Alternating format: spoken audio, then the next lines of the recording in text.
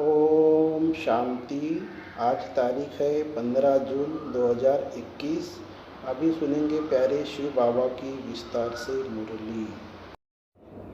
मीठे बच्चे, अतीन्द्रिय सुख का अनुभव करने के लिए सदा इसी स्मृति में रहो कि हम किसके बच्चे हैं। अगर बाप को भूले तो सुख गुम हो जाएगा। प्रश्न: बाप के मिलने की स्थायी खुशी किन बच्चों को रहती है? उत्तर: जिन बच्चों ने एक से अपने सर्व संबंध जोड़े हैं, जो एक बाप की याद में रहने की ही मेहनत करते हैं, किसी देहधारी को याद नहीं करते, उन्हें ही स्थायी खुशी रहती है। अगर देहधारी की याद में है तो बहुत रोना पड़ेगा। विश्व का मालिक बनने वाले कभी रोते नहीं हैं। गीत है: बचपन के दिन भुला न देना, आज हंसे कल रुला न देना। ओम शांति। बाप कहते हैं, हे मीठे बच्चों, हम बेहद के बाप के बच्चे हैं, यह भूलो मत। यह भूले तो अपने को ही रुला देंगे। छीछी दुनिया में बुद्धि चली जाएगी। बाप की याद रहने से अत्यंत सुख भासता है, वह सुख बाप को भूल जाने से गुम हो जाएगा। हरदम याद रहना चाहिए कि हम बाबा के बच्चे हैं, नहीं तो अपने को रुला देंगे। सब भगवान के बच्चे हैं, सब कहते हैं, हे बाबा, हे परमपिता परमात्मा, रक्षा करो। परंतु बाप से रक्षा कब होती है यह किसी को भी पता नहीं है। साधु संत आदि कोई भी नहीं जानते कि बाप से हमको मुक्ति कब मिलती है, क्योंकि भगवान को ही कन कन में कह दिया है। अब तुम बच्चे बेहद के बाप को जान गए हो। मोस्ट बिलवेड बाप है, उनसे प्यारी वस्तु और कोई होती नहीं। ऐसे बाप को न जानना बड़ी भारी भूल है। शिव जयंती क्यों मनाते हैं, वो कौन है, यह भी कोई नहीं जानते। बाप कहते हैं, तुम कितने बेसमझ बन गए हो। माया रावण ने तुमको क्या बना दिया है। अभी तुम बच्चे जानते हो, यह हमारी जन्मभूमि है।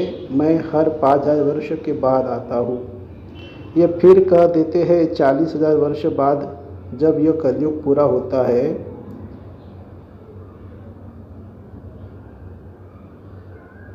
कलयुग पूरा होगा तब आएंगे। चित्र भी दिखाया जाता है, त्रिमूर्ति भी।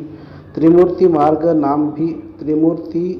नाम भी रखा है, परंतु 3 मूर्ति ब्रह्मा विष्णु शंकर को कोई नहीं जानते। ब्रह्मा क्या करके गया, विष्णु और शंकर क्या करते हैं, कहाँ रहते हैं, कुछ भी नहीं जानते। बिल्कुल ही घोर अंधियारे में है। बाप है रचिता। उनकी यह कितनी बड़ी रचना है, कितनी बेहद का नाटक है। इसमें बेहद के मनुष्य रहते हैं। आज से 5000 वर्ष पहले जब सतयुग था, भारत में जब इन लक्ष्मी नारायण का राज्य था तो और कोई राज्य नहीं था। भगवती श्री लक्ष्मी भगवान श्री नारायण को कहा जाता है। राम सीता को भी भगवान राम भगवती सीता कहते हैं। अब यह भगवान राम, भगवान नारायण, भगवती लक्ष्मी कहाँ से आए, राज्य करके गए हैं, परंतु उनकी जीवन कहानी तो एक भी नहीं जानते।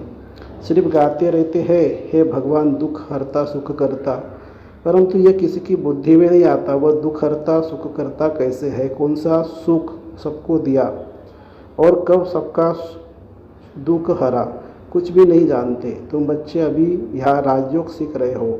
भगवती लक्ष्मी भगवान नारायण बनने के लिए जानते हैं, भगवती सीता भगवान राम भी बनने का है। 8 जन्म सतयुग में पूरे करके फिर राम सीता के राज्य में आने वाले हैं।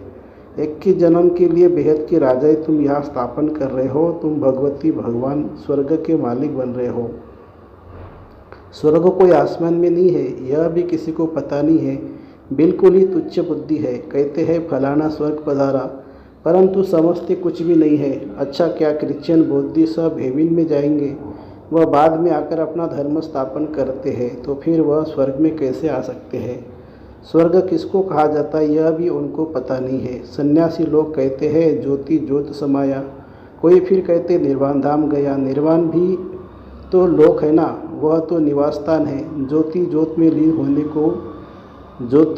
लीन होने की बात ही नहीं है। ज्योति में मिल जाए तो फिर तो आत्मा ही खत्म हो जाए, खेल ही खत्म हो जाता है। इस ड्रामा से कोई भी आत्मा छूट नहीं सकती, कोई भी मोक्ष को पा नहीं सकते। गीत का अर्थ भी कोई समझते नहीं है, न जीवन मुक्ति का अर्थ समझते, न आत्मा परमात्मा का अर्थ समझते हैं। बाप कहते हैं तुम्हारी शक्ल तो मनुष्य की है, जो इन देवताओं की भी थी। सतयुग आदि में देवताएं थे, उन्हों का 2500 वर्ष राज्य चला। बाकी 2500 वर्ष की बात है जिसमें और सब धर्म आते हैं। 5000 वर्ष के बदले मनुष्य कह देते लाखों वर्ष। कल्प वृक्ष की आयु 5000 वर्ष के बदले लाखों वर्ष कह देते हैं, परंतु तुम्हारी बात समझने के लिए भी नहीं आएंगे। हाँ, आएंगे भी वही जिन्होंने कल्प पहले आकर समझा होगा। पहले तो समझाना है। एक है हद का संन्यास, जो सन्यासी लोग घर बार छूट जाए जंगल में रहते हैं। पहले पहले वह सतोप्रधान थे, फिर अब तमोप्रधान बने हैं, तो जंगलों से लौटकर आए, बड़े बड़े महल बनाए। इन सन्यासियों ने भी पवित्रता के आधार पर भारत को थमाया जरूर है, भारत की सेवा की है। यह सन्यास धर्म नहीं होता तो भारत एकदम विकारों में जल मरता, पवित्र बन जाता। यह भी ड्रामा बना हुआ है। पतित बन जाता, यह भी ड्रामा बना हुआ है। उन्होंने पहले पवित्रता की ताकत थी जिसमें भारत को थमाया। इन देवताओं का जब राज्य था तो भारत कितना साहूकार था। इन्हों के इतने बड़े बड़े हीरे जवाहरों के महल थे, वह सब कहाँ गए? सब नीचे चले गए। लंका और द्वारिका के लिए कहते हैं समुद्र के नीचे चली गई, अभी तो है नहीं। सोने के महल आदि सब थे ना। जब मंदिर आदि में हीरे जवाहरात लगा सकते हैं तो वहाँ क्या नहीं होगा। कितनी तुम बच्चों की खुशी होनी चाहिए। बाबा फिर से आया हुआ है, कहते हैं बाप को याद करो। याद एक को ही करना है जिससे विकर्म विनाश होते हैं, परंतु वह भूल जाते हैं और देहधारी की याद आ जाती है। देहधारी की याद से तो कुछ भी फायदा नहीं है। बाप कहते हैं मामे कम याद करो, किसी भी देहधारी को याद नहीं करो। अम्मा मरे तो भी हलवा खाना एक बाप की याद से ही कमाई है। हम शिव बाबा के बच्चे हैं, उनसे वर्षा लेना है। इस समय बाप को याद नहीं किया तो फिर बहुत पछताना पड़ेगा, रोना पड़ेगा। विश्व के मालिक बनने वालों को रोने की क्या दरकार है। तुम बाप को भूलते हो तब ही माया थप्पड़ लगाती है। इसलिए बाबा बार बार समझाते हैं कि बाप को और वर्षे को याद करो। अमरनाथ ने अमरपुरी में एक पार्वती को बैठ अमर कथा नहीं सुनाई। जरूर बहुत होंगे जो भी मनुष्य मात्र सबको बाप समझाते हैं कि अब पतित मत बनो, यह अंतिम जन्म पवित्र बनो। वहाँ स्वर्ग में कोई विकार नहीं होते। अगर वहाँ भी विकार होता तो फिर स्वर्ग और नरक में फर्क क्या हुआ। देवी देवताओं की महिमा गाते सर्वगुण संपन्न, 16 कला संपूर्ण निर्विकारी। भगवान आकर भगवान भगवती ही बनाएंगे, सिवाय भगवान के कोई बना न सके। भगवान तो एक ही है। गाया भी जाता है भगवान भगवती की राजधानी, यथा राजा रानी तथा प्रजा भी वही होगी। परंतु भगवान भगवती कहा नहीं जाता, इसीलिए कहा जाता है आदि सनातन देवी देवता धर्म। ये किसी को पता नहीं है। इनकी ब्रह्मा की आत्मा को भी बाप समझाते हैं। एक बाप की, एक दादा की, दो आत्मा है ना। एक आत्मा 84 जन्म लेती है, दूसरी आत्मा पुनर्जन्म रहित है। बाप कभी पुनर्जन्म नहीं लेते हैं। एक ही बार आकर सारे विश्व को पवित्र बनाने के लिए हमको राजयोग सिखाते हैं। बाप तुमको समझाते हैं मैंने इनमें प्रवेश किया है, ये 84 जन्म भोग आए हैं। अब इनके बहुत जन्मों का यह अंतिम जन्म है।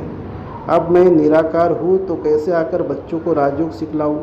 प्रेरणा से तो कुछ हो न सके, कृष्ण भगवानुवास तो हो न सके, वह कैसे आ सकता है। वह तो है ही सत्युग का प्रिंस, 16 कला संपूर्ण। फिर त्रेता में होते हैं 14 कला संपूर्ण। फिर द्वापर में कृष्ण को क्यों ले गए हैं। उनको तो पहले आना चाहिए। बाप समझाते हैं पहले बाप को याद करो, नहीं तो माया एकदम थप्पड़ मार देंगी। छुई मुई का एक झाड़ होता है, हाथ लगाओ तो मुरझा जाए। तुम्हारा भी ऐसा ही हाल होता है। बाप को याद नहीं किया और खलास। गीत में भी सुना, बचपन के दिन भुला नहीं देना, आज हंसे कल रुला न देना। बाप को भूले तो कहा न कहा चोट लग जाएगी। बाप कहते हैं तुम हमारे बच्चे हो ना, यह शरीर तो विष से पैदा हुआ है। वह इनके लौकिक माँ बाप है, यह तो है पारलौकिक बाप, और इनको फिर अलौकिक बाप कहा जाता है। यह हद का था फिर बेहद का बन गया। अभी देखो ये लौकिक बच्ची निर्मल शांता बैठी है। ये लौकिक भी है, अलौकिक भी है, पारलौकिक भी है। बाकी शिव बाबा के तो भाई बहन है नहीं।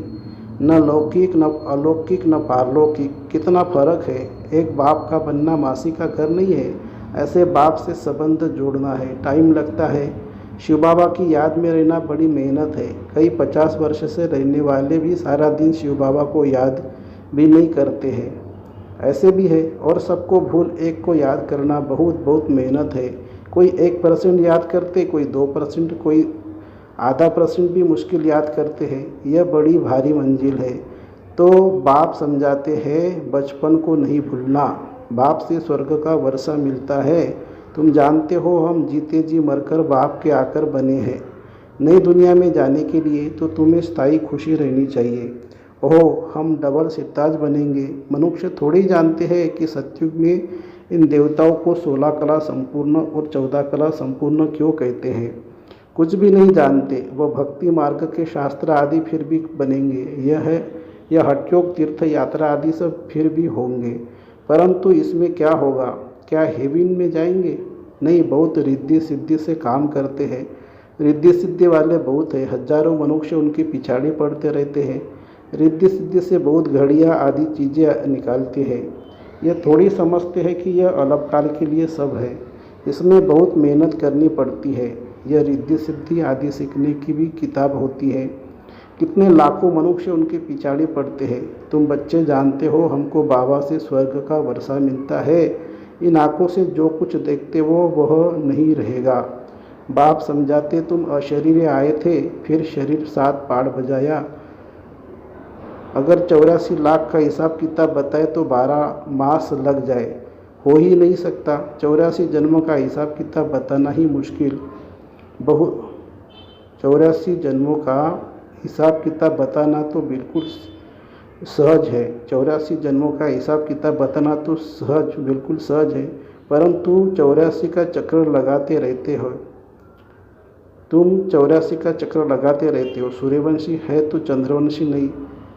सूर्यवंशी घराना पूरा हुआ फिर चंद्रवंशी बने। अभी तुम जानते हो हम हैं ब्राह्मण वंशी, फिर देवता वंशी बनना है। इसलिए हम पढ़ाई पढ़ रहे हैं। फिर सीढ़ी नीचे उतरते उतरते वैश्य शूद्र वंशी बनेंगे। अभी अपने 84 जन्मों की स्मृति आई है। ये चक्र भी याद करना पड़े। बाप को याद करने से एवर हेल्दी एवर वेल्दी बनेंगे। पाप कट जाएंगे। चक्र को जानने से चक्रवर्ती बन जाएंगे। तुम जानते हो यह पुरानी दुनिया कब्रिस्तान बनती है। कुछ भी नहीं रहेगा, ख़त्म हो जाएगा। राम गयो रावण गयो। राम का कितना छोटा परिवार होगा सतयुग में। अभी रावण का कितना बड़ा परिवार है। बच्चे जानते हैं कि यह राजधानी स्थापन हो रही है। हर बात में पुरुषार्थ फर्स्ट है। बाप पुरुषार्थ कराते, बच्चे मुझे याद करो। जिस बाप से अथाह स्वर्ग की बादशाही मिलती है, क्या उनको याद नहीं करेंगे? बाप स्मृति दिलाते हैं कि तुम स्वर्ग के मालिक थे, अब फिर से पुरुषार्थ कर स्वर्ग के मालिक बनो। अच्छा, मीठे मीठे सिके लदे बच्चों प्रति माता पिता बाप दादा का याद प्यार और गुड मॉर्निंग। रूहानी बाप की रूहानी बच्चों को नमस्ते। हम रूहानी बच्चों की रूहानी माता पिता बाप दादा को याद प्यार, गुड मॉर्निंग और नमस्ते बाबा नमस्ते। धारणा के लिए मुख्य सार।